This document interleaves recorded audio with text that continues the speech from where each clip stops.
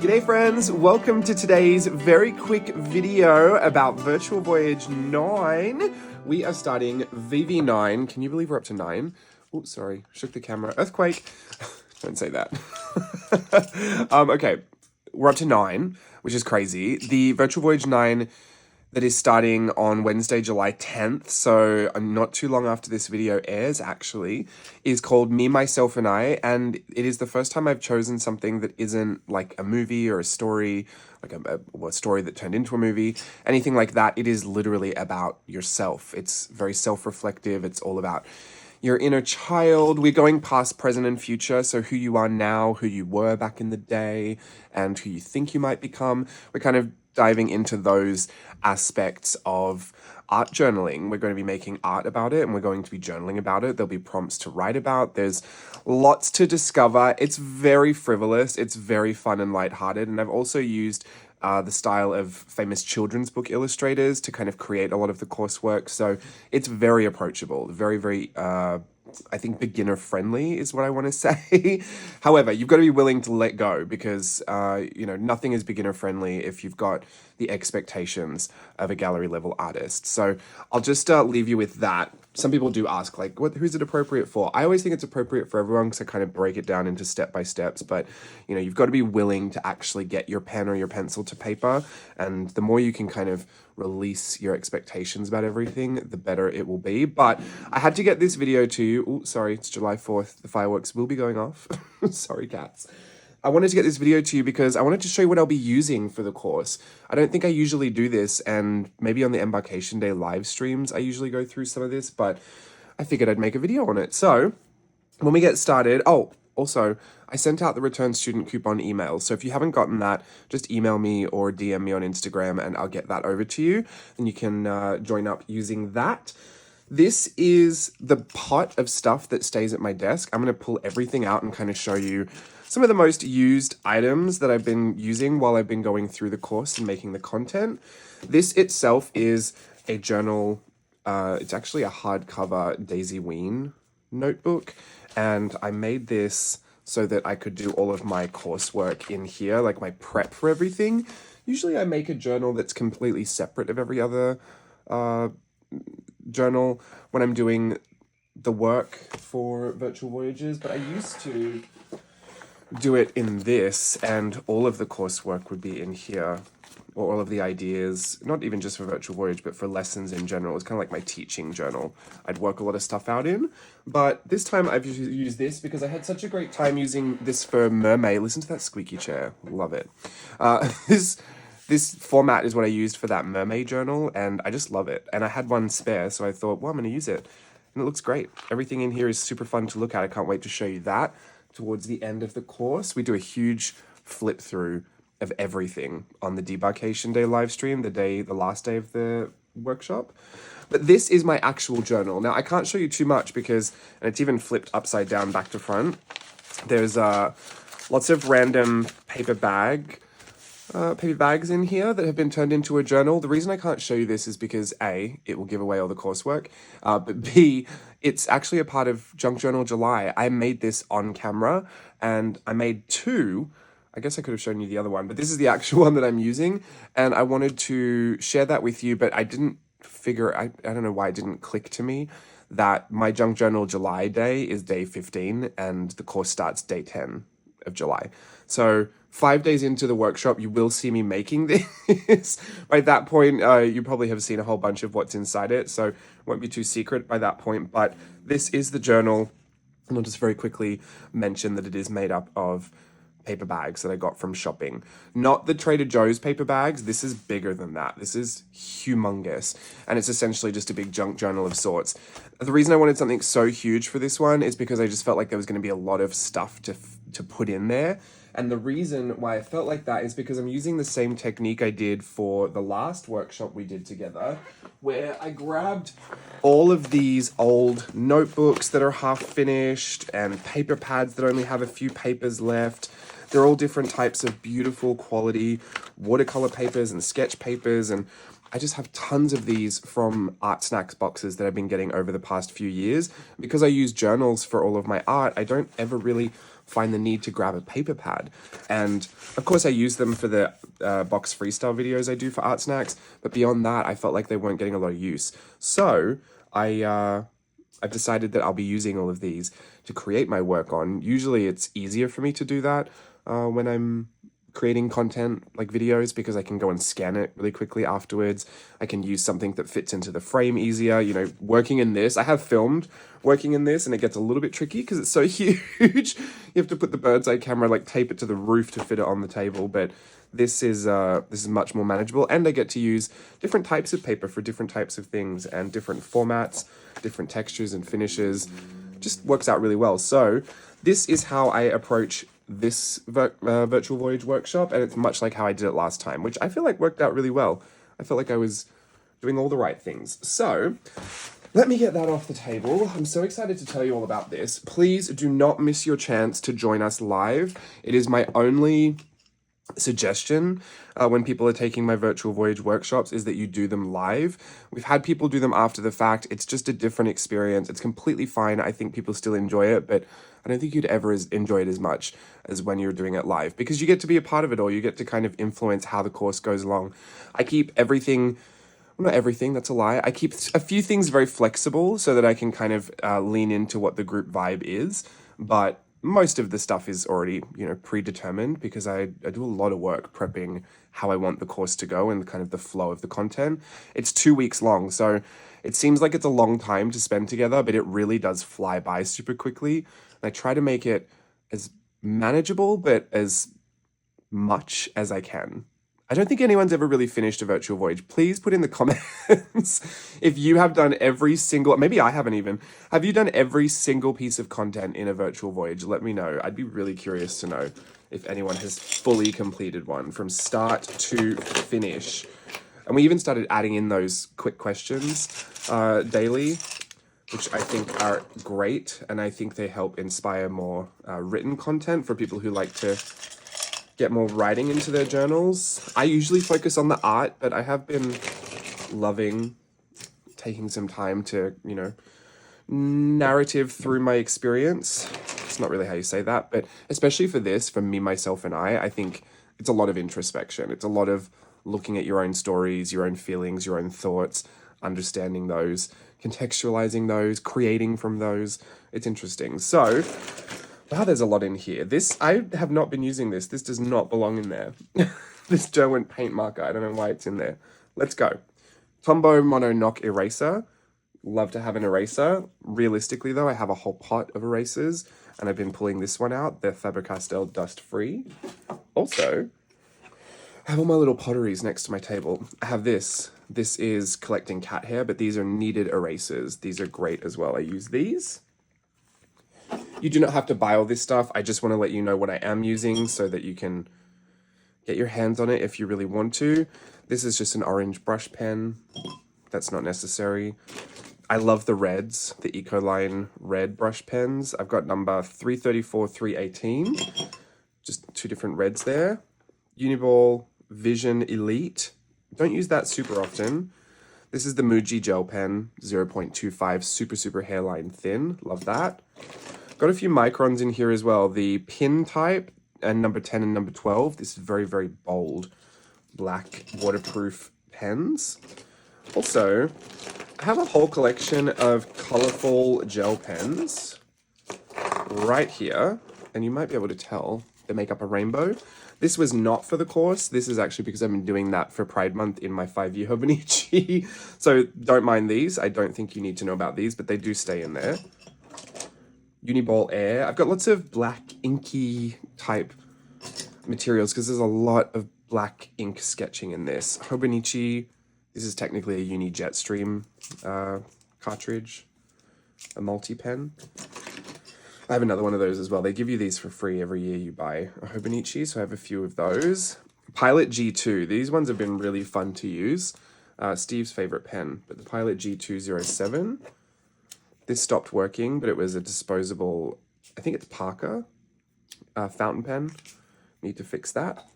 Put that over there because it's not working. Zig Clean Color Dot marker in black. Been enjoying using that. Uniball Signo white gel pen as per. Oh, there's another one of those things. Well, this is a Pilot G2 in blue. Don't use that as often, but sometimes. Another Univol. No, Pilot V-Ball Grip. Apple Pencil. Only relevant if you have an iPad, which I haven't actually used. I have these two little rulers. I always pull out this Muji 15 centimeter metal ruler. This is a Traveler's Factory, like brass alphabet template. I don't really use that. Don't know why it's in there. Red watercolor pencil with a pencil extender. Pencil extender pencil extender not necessary, totally optional. But I do need it at this point because that one's almost run out. What are these called? Tombow. Oh, Fudanosket, I think. There's a black and there's a gray. Always good for when you're sketching a lot. Two rainbow pencils. Probably only need one, so let's put one of those away. This is a slice tool. Don't use this super often. It's a little ceramic blade. It's a pen type X-Acto knife. It's a lot safer, really convenient. It's called a slice tool. This is a black, what's it called? Acrylic marker. Yono. You only need one. By Marabou. I don't use this super often. I don't know why that was in there. I can't remember using these. These are all mechanical pencils, just different types. I change my preference sometimes. A highlighter, that's more just for my clerical stuff. Derwent Red Chromaflow. Scarlet 0500, just a red watercolor pencil. I tend to like the water-soluble red pencils. I don't know why. Red's my favorite color. Derwent Aqua Brush. I've got a whole bunch of different aqua brushes over there. I'm not preferencing this, but I just pulled it out because it was full. Ballpoint pen, actually, don't need that. Putting that away. Is this a Uni Jetstream? What do they call these? Yeah, Uni Jetstream, but this is a really, really fine tipped one. I broke my other one of those. I don't know how that happened. I have the Pentel brush pens. This one's a black, waterproof, and this one is a gray. I don't know if this one's waterproof, but anyway, a black and a gray. They've got the flexible brush tips, which is great for a dry brush effect. 02 King Art Inkline pen. I've been using the 02 a lot. I kind of like that size. And then a Zebra disposable brush pen. Always loved those. This I just got from the Art Snacks summer box, and this is a Lyra water-soluble 6B super chunky graphite crayon pencil, and I just love it. It makes me feel like a big kid. Just been scribbling all over everything like that. So that's a lot of what I've been using illustration-wise. I've got a whole bunch of colored pencils over here. Haven't pulled those out as much. Doesn't mean there's not color, but I've been using other supplies to do that. Usually some Tombow markers. I have a whole bunch of Tombow markers that sit in a pot beside my desk. Scissors, always using some scissors. The Tim Holtz Tonic Studios. Those are my fave. I have a couple of different sizes of those. And this is called a Scotch tape runner, advanced tape runner. The refills I get aren't from Scotch anymore, so I don't know if it is Scotch, but really big tape runner. Works super well. Sennelier oil pastels. I have this little set, and I got these from Art Snacks, and I rarely use them, but I have been using some of these. My watercolors, as per usual, I've dipped into these. My little watercolor set. And the Caran d'Ache Neocolor 2, the water-soluble crayons. I've been using these, which don't usually feature on my channel, so that's interesting. A heat tool, very handy because I don't like to watch the paint dry. And speaking of paint, these paints I got from Art Snacks. Seriously, Art Snacks really comes through with the best supplies. I'm so lucky I don't have to buy all these, that I just get to use them for those videos, because I really do get restocked every few months. It's so sad it's only a few months now. I used to get them every month, but now it's changed to seasonal and it's quarterly, which I know is enough still, but seriously, I got so much from Art Snacks that I never would have tried if I hadn't just been making videos for them. So these are the Golden So Flat matte acrylics. These are fantastic. I have a little retro set here. I call it a retro set, but it's not. It's just these colors. Really, really love this. So those are great because they're super, super matte and very opaque. Post-its. I've been using Post-its. I pulled out random things, like I pulled out this Dr. P.H. Martin's for a thing. Anything that's just around my desk, like I'll just grab it. I have this little set of, it's not even a set, these are random gouaches. Like I pulled some of this out, I pulled this out and used it. Whatever I found around my desk, really, I've just been using it. But all this stuff I've just mentioned is what I use most often. And if you were going to ask me a question about, hey, what was that in the video? You'll probably have seen it in that pot. Elmer's glue. Sometimes. I usually just use the tape runner. And that is it. Oh, I've been using some of this glitter glue. This is not great. Steve bought this, but it's really, really sticky and thick, and it's just not super glittery. So not as good as the Crayola glitter glue that comes out from time to time, but I have been using it, so I figured I'd just tell you I did use it. Is there anything else? Sometimes I pull these out. These Stabilo Woodies. I have 4 of these random colors. Those have been fun. I think that's it. A red blue pencil. I haven't even pulled this out once, I don't think. These used to be my absolute fave. I'm going to put this in my pot because I think the only reason I haven't pulled it out is because it wasn't in my pot. All right. That's that. That's that. Please don't feel the need to go and buy any of this, but just in case you were wondering, that is everything. If you have any questions about Virtual Voyage, please let me know so I can try and answer them on Instagram stories before we start.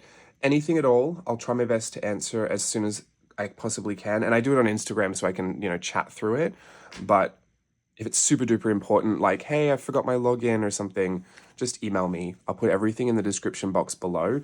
Remember those return student coupons went out, so if you didn't get yours, make sure you contact me for that. I'll just send it to you. And then we should be good to go. The one thing I noticed that is a common problem, so I said it on Instagram, but hopefully anyone who needs to hear it will hear it here too.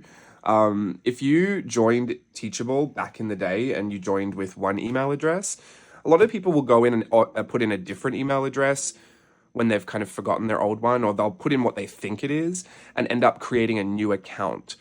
It must be easy to do because it happens really often. I've never done that on Teachable, but then again, I don't use any other version of Teachable except for the one that I use as the creator. So I don't know what it's like from the student end a lot of the time, but it must be really easy to create a second account. And a lot of people will do that with a different email address. So some people have created 4 different accounts, and the one that you first created and purchased from, that has all your enrollments in it. Some people have actually been enrolling in different accounts. And I don't know, maybe they just think that their course expired or something, but I fixed pretty much everyone's that has, in fact, I have fixed everyone's who's come across like that. But just in case you're wondering, hey, where's all my purchases? You might have made a new account with a different email accidentally. Make sure you log in with the original email account that you used, or the original username or the email that you used, so you don't accidentally make a new account with nothing in it. That's all I'll say on that. But if you need help, just always email me. I'll try and get back to you as soon as I can. Things get really hectic around registration time because everyone usually has a bit of a problem. Not everyone, but a lot of people have a problem, and I have to go and fix a lot of those before we get anywhere. So I'll do my best to be as quick as I can. But until then, got any questions, let me know. Otherwise, I will hopefully see you. The next time I'll see you, I will be at Virtual Voyage 9. We'll be doing our embarkation day. If you need to know all the times as well for those live streams, because there are 5 of them. There's the embarkation day, there's 3 theme night lives, and then the debarkation day. Oh, sorry, I'm trying to get all this out without breathing. If you need to know any of those times, please go and check the sales page. Like when you click the link in the description below, it'll take you to the sales page. If you go all the way down to the bottom, there's a preview of what's in the course. If you go to the updates and announcements preview, you can see all of the times that are listed for those parties. Those are in California, Pacific Daylight Times. So make sure you translate whatever that means to you. Some of them are at 2 p.m., some of them are at 8 p.m. We did that so we could switch it up and make sure we got as many people on different time zones as we could. And then also, there are themes. 3 of them are themed, the past, present, and future. The past theme is, what's that called? Book week, like you did at school when you were children. You had to go dressed as a book character. And then the present is something Seussian, so think red and white, black and stripes, a Cat in the Hat, Horton Hears a Who, all types of Dr. Seuss. And then the third one is when I grow up, what you wanted to be in the future when you were a little kid. So astronaut, teacher, doctor, all those kind of things. Those are our dress up themes. Very excited to see what we've put together for that. They're very stupid. But we will see you at those theme night lives. Those are great. Please don't miss those. Please make sure you carve out time for that to join us for those. They'll be recorded for a replay, but as always, so much more fun when you can join us live. They're hosted through Zoom, and yeah, you can see everything down there. Also in that preview, you'll see the welcome post. There's a shop recommended supplies on Amazon post. There's a Pinterest board that will show you some of the inspiration that I use to put some lessons together. And then also, there's an itinerary, so you can see all the things that you should expect over the 2 weeks and what days those will be uploaded. There's also a blog post that will explain to you what Virtual Voyage is. If you've looked at this whole video and you're like, that explained nothing, because it didn't. There's a whole blog post about what it is, what type of a workshop it is, and how I came up with it from the earlier versions that I did. So I'll post that in the description box below if you're curious. Now I'll truly go, and I'll go take a breath. Have a wonderful weekend, everyone. I'll see you next week for Virtual Voyage 9. Me, myself, and I. All right, bye.